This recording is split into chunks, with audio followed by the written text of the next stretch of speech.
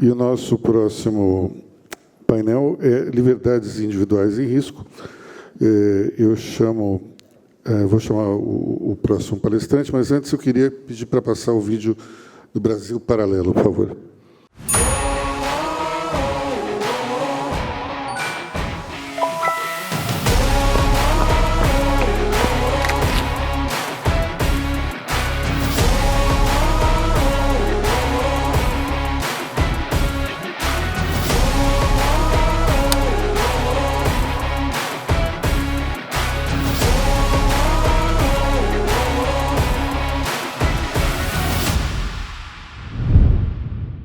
Muito bem. Eu queria chamar, então, o Tom Palmer, que é o doutor em Ciências Políticas, veio diretamente dos Estados Unidos para falar com a gente. Cadê ele?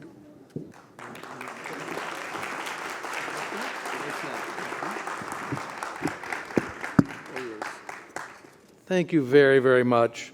It was wonderful to listen to the previous robust conversation about such an important issue as freedom of speech. I've been on the road a great deal in the past months, notably in Ukraine, hence the Ukrainian flag. So I spent about 7 weeks delivering supplies, working with our liberal colleagues and friends in Ukraine, and then bringing out refugees who are fleeing a genocidal war. So I spent more time driving in about 7 weeks than I think in the previous 10 years. So it's wonderful to be in one place now for a whole week, and I'm very grateful for the invitation to join you in this amazing city of industry and commerce. I'm very grateful to the host, to Lucas Berlanzo, who reached out to me, to the estimable commercial and intellectual entrepreneur Salim Matar, who has helped to bring us here, to the many organizations involved in this conference, and to all of you, each and every one of you. Now, the topic that was suggested to me is rather broad, and it offers a variety of avenues to approach it. Individual liberty at risk. I'll start by taking it term by term. So the word individual is an adjective. In this case, it refers to each and every single person, taken one by one. Hence, we're interested in the liberty of each and every individual person. Now, the modifier, the word individual, can be used in other ways also, but here it's used to focus on the liberty of every person, taken as a unique entity. Now, there are antonyms or opposite words for individual when used in this context, and they include common, together, combined, shared, and collective. In the context of moral and political thought, the relevant antonym is collective. And thus we contrast individualism with collectivism, with each philosophy proposing a different foundation for moral and political justice and order. Individualists believe that individual human beings are foundational to moral and political justice and order. Groups, well, real, and not to be discounted as mere fictions, as sometimes happens, are not sources of moral significance in the same way that individual human beings are. And it's an important distinction. For collectivists, individual human beings, taken one by one, are analogous to the cells of an organism, each as a component part that functions to serve the whole organism. And each is subservient to the flourishing of the whole. Individuals in this collectivist mentality are dispensable. And real collectivists can commit genocide and murder, and they have no guilty conscience because nothing was lost. Nothing real was destroyed. Individuals are not as real as collectivities, in their viewpoint, because they believe that what is fundamentally real is not the individual entity, but forces such as classes, races, nations, and the like. And in the postmodern formulation of this collectivist mentality, the individual is merely the intersection point of forces that are more real than the concrete and unique individual. In contrast, for individualists, the group, whether it's a state, a nation, a community, a synagogue, a firm, a church, a union, or a club, is made up of individuals and their complex relationships among themselves. So a group isn't just a random collection of individuals. It's made up of individuals and their complex relationships, which distinguishes a church from a firm or a union or other kinds of human associations. So it's the individuals and their relationships that constitute the group. They are what is primary.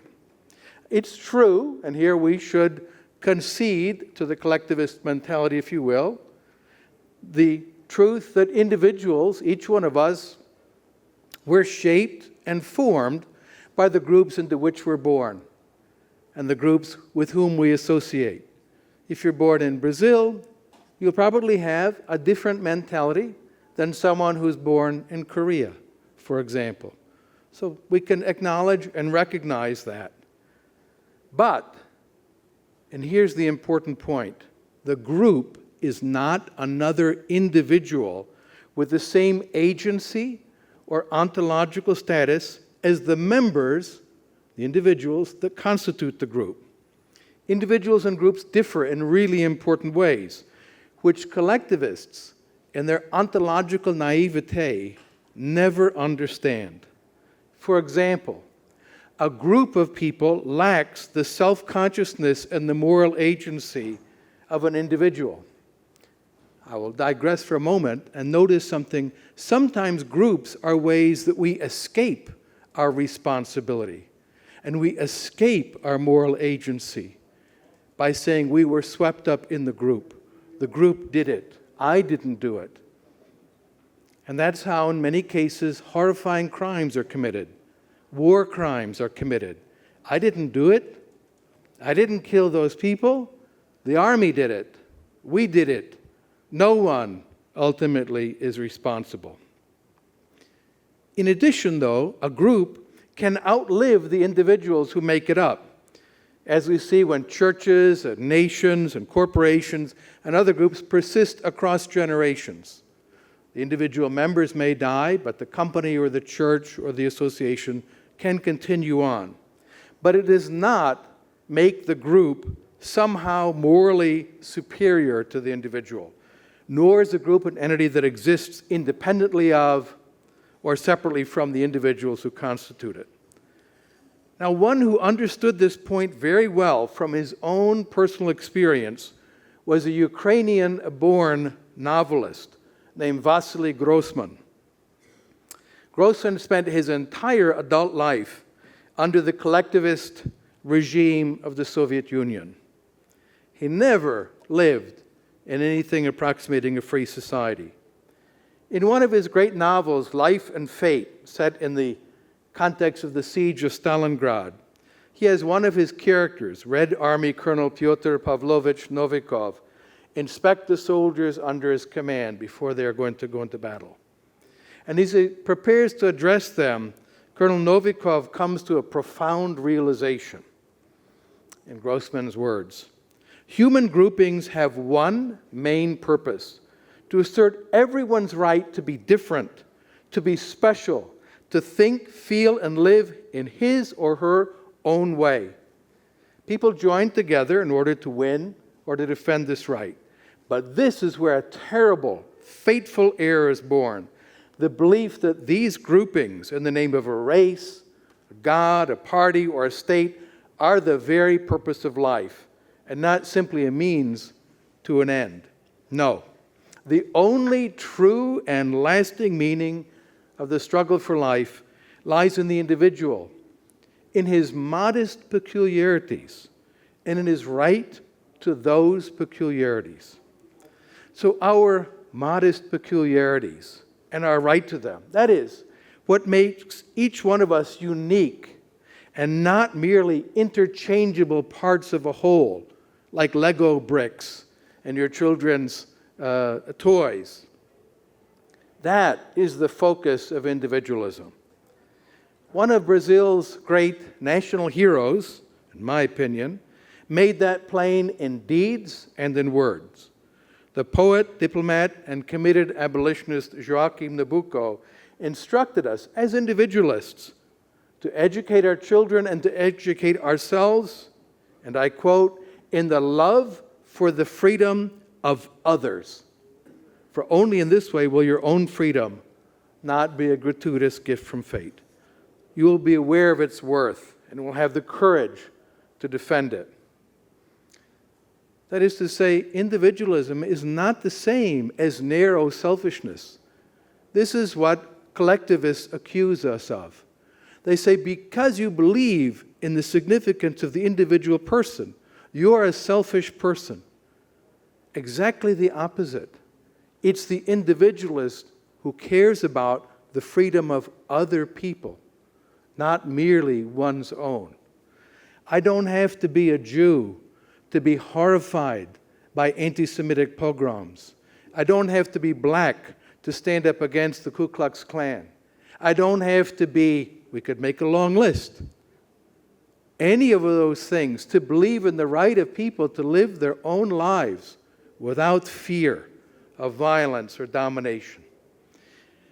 It is the individualist who loves her own liberty, but loves it the more deeply because she loves the liberty of other people. Now let's think about human nature for a moment. We have, as it were, two natures. We have a common nature, that is to say, one that all of us share. To use Aristotle's phrase, we are zoon logon, usually translated as the rational animal, but it could also be translated, I think more usefully, as the animal that talks, the animal that has logos. But we're also social primates, we're mammals, we're living beings, and so on. That's our common nature. We also have, each one of us, our own individual natures that distinguish us. A great theorist on this question was Marcus Tullius Cicero. And in his book On Duties, a very important book, written at the end of his life when he knew he was going to be killed, it's a letter to his son about how to lead a good and dutiful life. He says, one must understand that we have been dressed, as it were, by nature for two roles. One is common, arising from the fact we all have a share in reason and in the superiority by which we surpass the brute creatures. The other, however, is that assigned specifically to us as individuals. For just as there are enormous bodily differences, some are taller, some are shorter, and so on, similarly, there are still greater differences in men's spirits. Now, an outcome of Cicero's view of this was a universal understanding of fundamental rights. As he concluded in a passage that was to be quoted many times in subsequent centuries.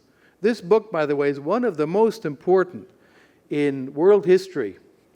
It was the second most printed book in Europe after the Bible when movable type was introduced. And it had a profound influence on moral and political thought.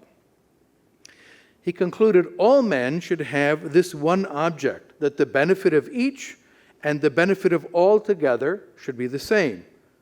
Let me translate for a moment. It means we don't have necessarily contrasting or conflicting interests. It's possible to live together in peace and harmony. If anyone arrogates it to himself, all human intercourse will be dissolved.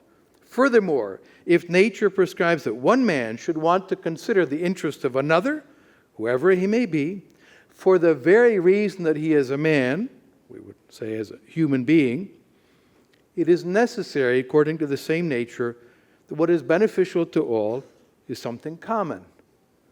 Of course, we understand what is common and beneficial to all is liberty, the liberty of every person. But he continued, if that is so, then we are all constrained by one and the same law of nature. And if that also is true, then we are certainly forbidden by the law of nature from acting violently against another person.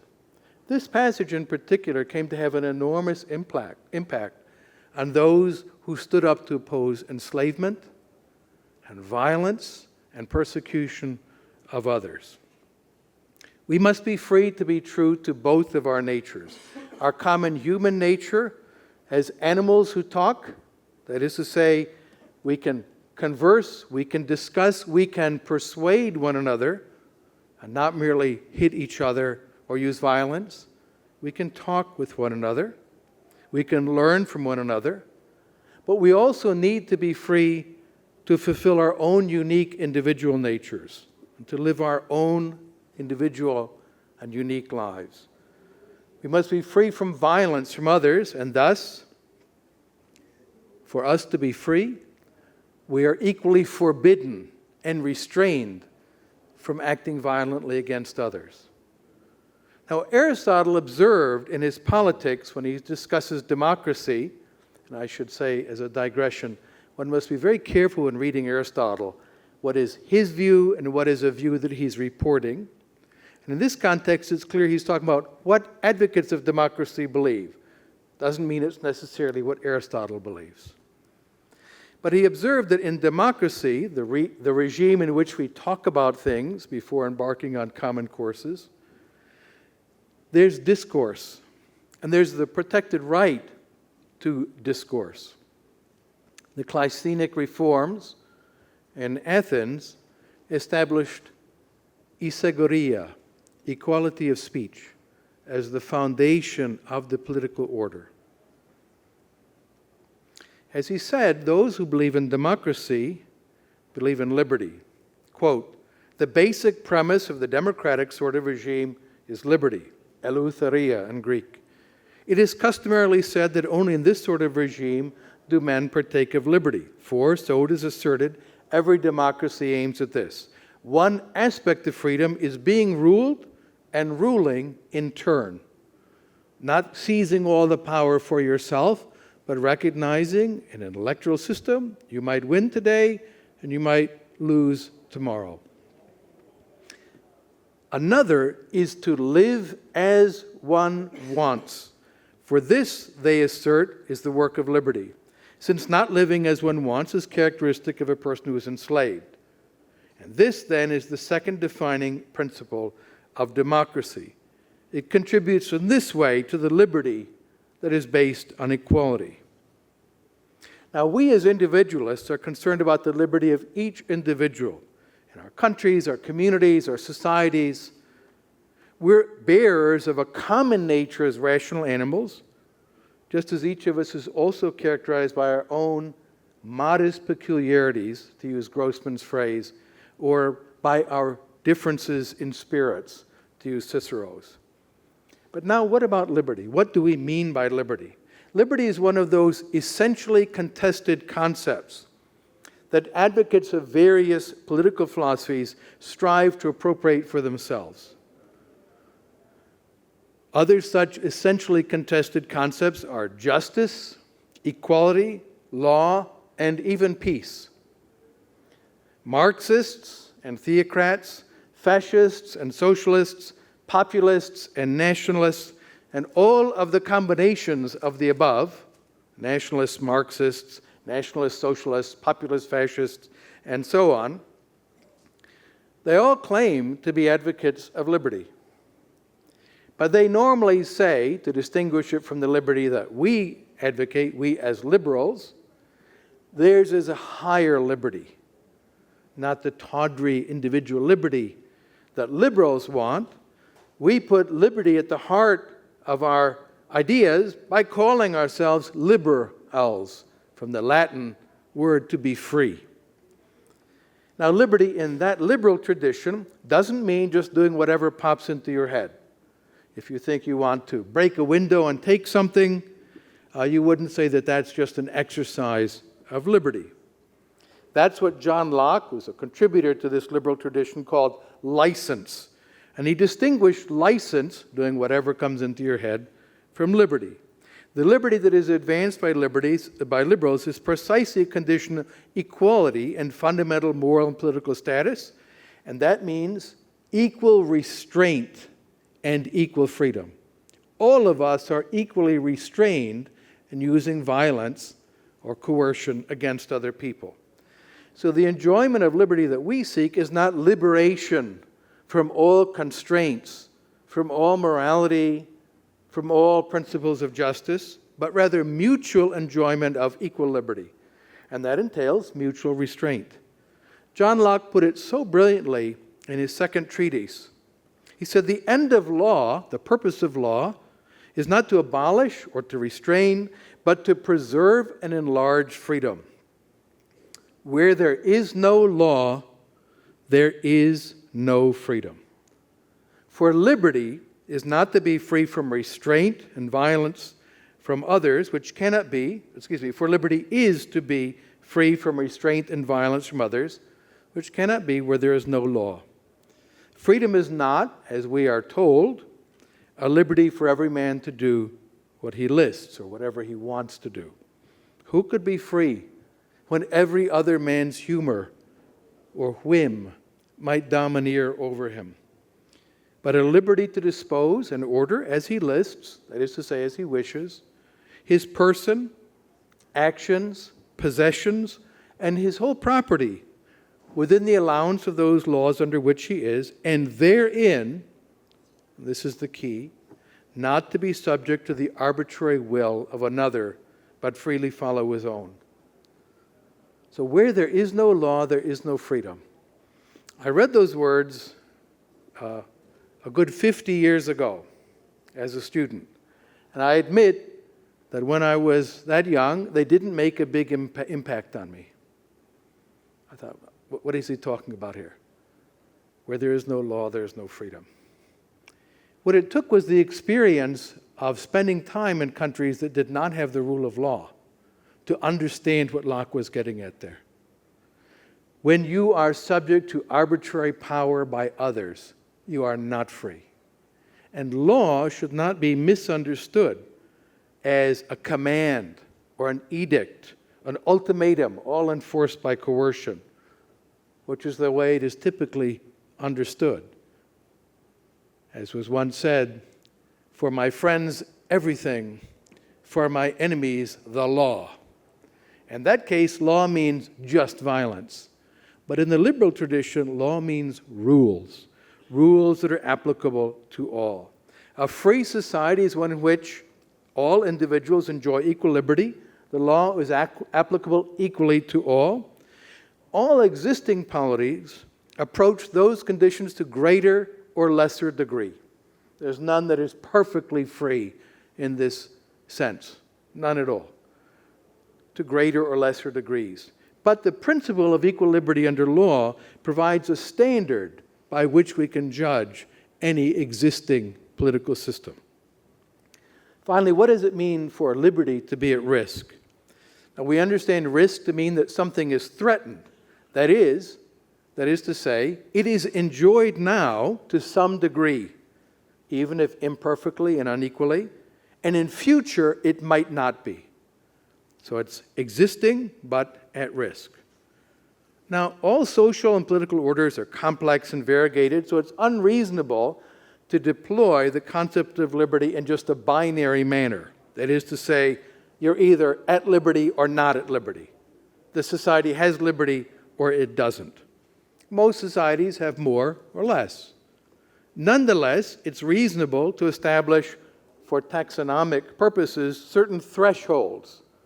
So one could say, for example, that the Democratic People's Republic of Korea, also known as North Korea, is clearly a country where people do not enjoy individual liberty.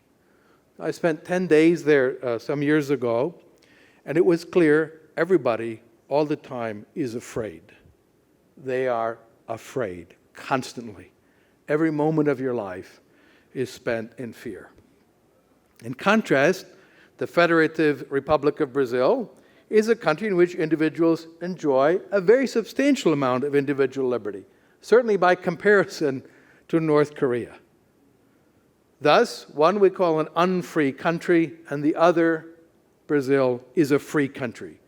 Even though I know on the margin you don't think there's enough, Brazil, in this context, is on the side of being a free country. We can also ask, though, whether liberty is at risk of being eroded at the margins, bit by bit by bit by bit, or threatened existentially at its core. Some countries see their liberty lost a little bit at a time, and other countries see it gone like that when they're invaded or conquered by a neighboring illiberal state or a domestic tyrant seizes power. Now, a very common approach to the problem here is to identify particular instantiations of liberty. And we've heard discussions on the stage here about economic freedoms and social freedoms and freedom of speech and religious freedoms and so on. We can call these liberties in the plural, and then ask whether this or that liberty is at risk. So some of the panels before, we heard very intelligent and thoughtful conversations about liberties that are at risk. We can distinguish economic liberties, religious liberties, social liberties, political liberties, and so on. And then ask, what is the risk each one faces? We can even go to a more granular level and identify certain acts, such as drinking alcohol, or smoking marijuana, or opening a restaurant, or selling cryptocurrency, or calling a special military operation a war, and ask whether the liberty to engage in them is at risk. I point out, in Russia, if you use the word war to describe the invasion of Ukraine, you go to prison for 15 years. We can also ask another important question that has been raised here: how are some liberties related to others? Perhaps some are foundational for others, such that their loss entails necessary loss to the others. Can there be liberty of the press, for example, if there's no liberty to acquire a printing press or to buy paper in order to express your ideas?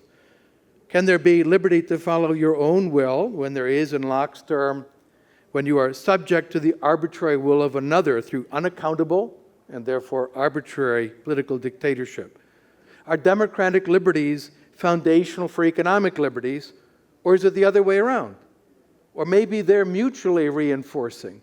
We do find them around the world conjoined pretty consistently: democratic liberties or democracy and market economy. Now, those are all reasonable and important questions, but there's a risk when we pose the question in that way.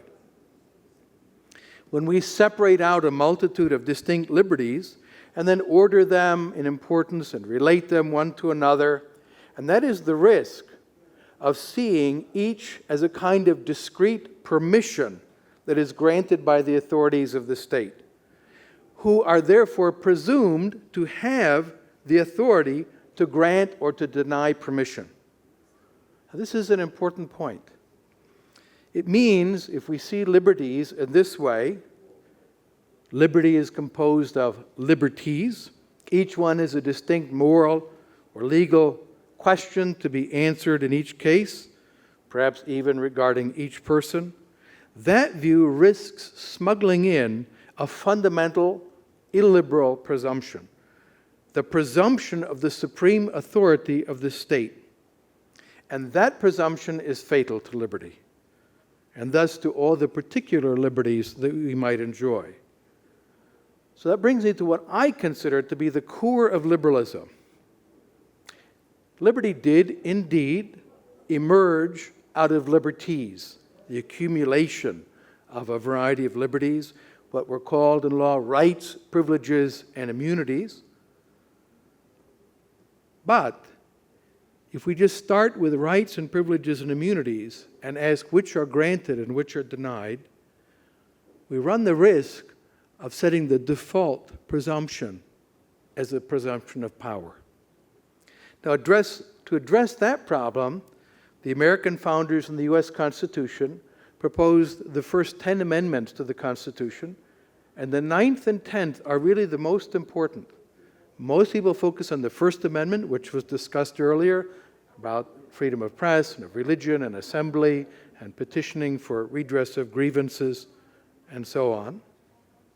but the 9th and 10th are the crowning glory and reflect the liberal perspective of the relationship between freedom and power. The 9th Amendment, the enumeration, that is to say, the listing in the Constitution of certain rights, shall not be construed to deny or disparage others retained by the people. It tells us that merely because they made a list of rights and liberties, those are not the only ones you have. You have more. The 10th Amendment then complements it. Quote, "The powers not delegated to the United States by the Constitution, nor prohibited by it to the states, are reserved to the states respectively or to the people." What does that tell us? It tells us that because we made a list of the rights of the state, those are all the ones they have. So notice the distinction. If we list the rights of the people, it does not mean it's the complete list. They have more. You cannot make a complete list of the liberties of the people. But you can make a complete list of the powers of the state. If the power is not on the list, they don't have it. Very clear language. Now then, the 14th Amendment, which was passed over after the horrifying Civil War that culminated in the abolition of slavery, explicitly forbid arbitrary powers to the state governments. Quote, "No state shall make or enforce any law which shall abridge the privileges or immunities of citizens of the United States, nor shall any state deprive any person of life, liberty, or property without due process of law, nor deny to any person within its jurisdiction the equal protection of the laws." I'm not making an advertisement for the United States Constitution, which has its flaws, and which I do not offer as a universal template. For one thing, I consider strong presidential systems to be, in general, quite dangerous to liberty, because most countries don't have the benefit of having George Washington as their first president. Washington was famous for resigning. His greatest moments in political life were resigning. At the end of the War for Independence, he gave over his sword in a ceremony, and after 2 terms in office, they begged him to stay. He said, 8 years is long enough for anyone. I won't do it. And that set a pattern. Unfortunately, other countries don't get George Washington. They get Saddam Hussein or Vladimir Putin or Hugo Chavez, and a strong presidential system doesn't turn out so well in that context. Nonetheless, those amendments illustrate an underlying difference between liberal and illiberal approaches to law and government. Not in the hierarchies of liberties and powers that they prefer, but the fundamental presumptions regarding liberty and power. For liberals, it's a presumption of liberty. For illiberals, anti-liberals of all sorts, it's a presumption of power, even as they differ bitterly amongst themselves about which party or which cult should exercise the power. Now, we want to understand the presumption of liberty, distinguish it from the background presumption of power. Think of it this way. The medieval guilds in Europe exercised routinely the presumption of power. They could deny anyone the permission to enter a trade, right? Of being a leather worker or a metal worker. The guilds had that power. You could be denied permission to enter it. Someone had the presumed authority to stop you.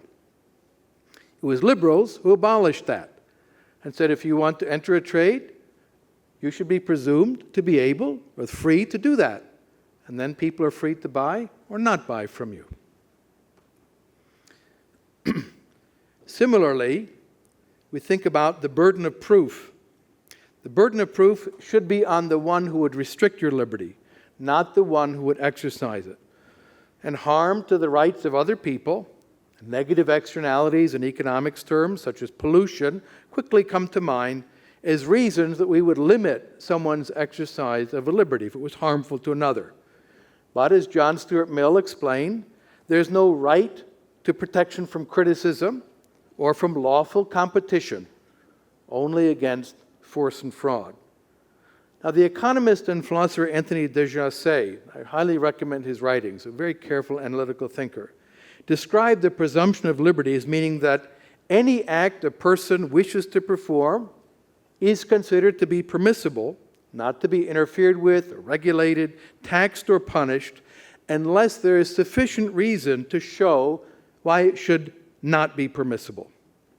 Now, he explained that the presumption of liberty was a consequence of the different epistemic meanings of verification and falsification, so within context of philosophy of science. We can compare it to the attitude in a court of law. We have a presumption of liberty in social and political life, and a presumption of innocence in law. And they're grounded on the same principle of human knowledge. Just as the burden of proof is on the one who would deny liberty to another person, not the one who would exercise it, the burden of proof is on the prosecutor to show you are guilty. The burden is not on you to prove you're innocent, which in some cases is virtually impossible. So let's take a simple set of examples. Someone who wishes to sing a song, or bake a cake, or sell a flower should not have to begin by begging permission from someone else from the ministry of singing, or baking, or flowers, which is unfortunately the case in many countries today. Nor should that person have to rebut all the possible reasons against singing, or baking, or selling flowers. If she is to be forbidden from singing, or baking, or selling, the one who seeks to forbid it bears the burden of showing why. And it might be something that could be discharged. For example, if the singing was to be at 3 o'clock in the morning in front of your house with a rock band and a loudspeaker, and it would keep the neighbors up. Or the baking might be generating sparks that would burn down the neighborhood. These would be good reasons to not allow that to happen. Or, in the case of selling flowers, well, I'll be honest, I can't think of any reason to stop someone from selling flowers. However, in most states of the United States of America, if you don't have a permission and license from the government, you're not allowed to sell flowers because of the power of the florists associations establishing state boards of florists who require you to go to school to learn how to put flowers together. And I mentioned this, there was a particular case of a woman who was arrested in Louisiana for selling 2 flowers rather than just 1. She was an illegal flower arranger, and she suffered consequences because of this, because she had not gone to school to know what colors of flowers should go together. So there may be good reasons for forbidding the singing or the baking, probably not for forbidding selling of flowers, but the burden is on the one who would show why not on the one who wants to do it.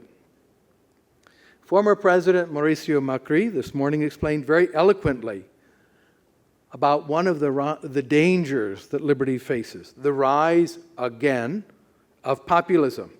And it is a major risk to liberty. The reason lies not just in the short-termism of populist policies, which is his primary focus, and I agree with him entirely about that. But there's another deeper level in which populism is harmful and it poses a risk to liberty. And that is the way in which populists deliberately, systematically, and consciously polarize and divide people into enemy camps. This is their modus operandi. Ernesto Laclau, the Argentinian theorist, a Peronist, a Marxist, and a fascist, who later reinvented himself as a post-Marxist, but in all of his life an enemy of liberalism and democracy and individual freedom. He wrote a book called On Populist Reason, and if you have a strong stomach, you should read this book. He said, in the case of populism, a frontier of exclusion divide society into two camps. The people, in that case, is something less than the totality of the members of the community. It is a partial component, which nevertheless aspires to be conceived as the only legitimate totality. So focus on that. It's a portion of the population that is the only legitimate totality, which means the others are illegitimate. Anyone outside of that understanding is considered the enemy and completely illegitimate. A term that is used in Spain by one of his students, Inigo Errejón, who was a founder of Podemos, a radical populist party. He uses the term the casta to describe the enemy. The enemy is the casta. He was asked in an interview, who are the casta? His answer was quite interesting. The term's mobilizing power comes precisely from its lack of definition. It's like asking, who's the oligarchy? Who's the people? They are statistically indefinable. I think these are the poles with greatest performative capacity. In other words, the most useful for seizing power, which is the goal of the populist. He was interviewed by Chantal Mouffe, the wife of Ernesto Laclau, also a professor of political thought and a populist. And she, in the response, noted that when you designate the enemy, you create, quote, the sort of people we want to build. So the people is not all the people. It's not a pre-existing entity. You build the people when you designate the enemy, the 1%, the Jews, the immigrants, the foreigners, the Muslims, the homosexuals, whoever it is. You create the identity of the people by identifying the enemy, the unpeople, who have no legitimacy and therefore must be destroyed. When a group is designated as the enemy of the people, the next natural step is to deny them the right to exist, to nullify any possible exercise of their liberty. Or in Karl Marx's rather pregnant phrase, they must be made impossible. From the Communist Manifesto. The bourgeoisie must be made impossible. And indeed, people inspired by his ideology made millions and millions of people impossible. The polarization of the people that's driven by populism undermines and puts at risk liberty, whether we call them left-wing populists or right-wing populists. They deny the very possibility of pluralism, of different groups living together, different religions or races or ethnicities or whatever. That's what they attack. There's the true people and the enemy of the people. And that is the mobilizing power of their ideology. Or as Errejón put it, it has the performative capacity to drive them into power. So populism is a tool of dictators and would-be dictators to take power. It's not some kind of a popular ideology. It is an ideology of power. Now, to return to this presumption of liberty, some nice words about Brazil, in which people experience a great many infringements on their liberty, as I have heard today, and in which the presumption of power has been the default mentality of so many of its intellectual and political leaders. But recently took a step moving in the direction of the presumption of liberty. So the Economic Freedom Law of September 21, 2019, established in law a very important presumption that governs a wide swathe of regulatory activities. A presumption that one has liberty to innovate in business, a presumption that individuals interacting with the state do so in good faith and should not be treated as guilty parties who must prove their innocence. And that law and the associated Declaration of Economic Freedom Rights, those are important steps forward in the achievement of liberty. Not because they articulate a list of specific permissions, but because they change the burden of justification. And that's acting at a deeper level. If we always had to prove ourselves innocent, we couldn't be said to live in a free society. If we have to prove why we should be allowed to do something, we're equally unfree. In the license Raj in India that existed prior to 1991, if you had a little store and you wanted to move a machine from one side to another side, you had to get a permission. Everything required a permission. When they abolished much of that was when we saw this tremendous increase in prosperity in India. Now, another step is a principle: silence equals consent. If you do have to apply for permission and you don't hear within a certain amount of time, you get the permission. The burden is on them to respond to you and say, why not? Rather than running out the clock for months and months and years and years. Now, the passage of such a bold declaration in law is not the same as implementation. And that is something that's quite significant, particularly in a big country like Brazil. And I explained to my other foreign friends, being a foreigner myself, Brazil is not really a country. It's a whole world.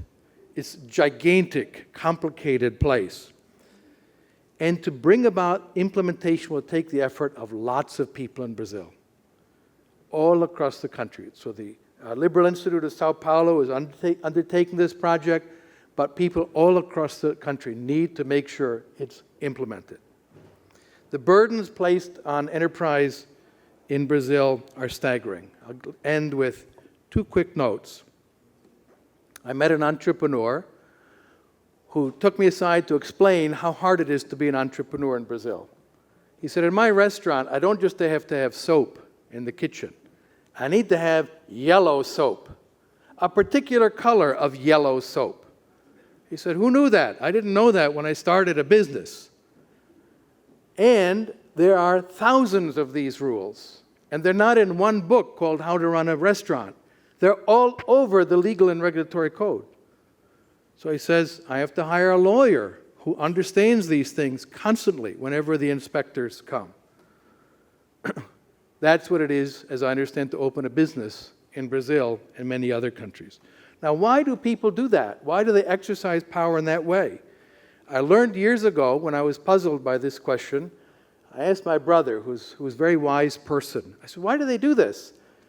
And he said, you want to know the answer? It's because they can. That's why they do it. It's because they can. And to enjoy liberty, we have to remove that power from them and from ourselves to deny permissions to other people. I mentioned the novelist Vasily Grossman. In his book, Forever Flowing, he said something that reminded me very much of what Salim Matar said this morning.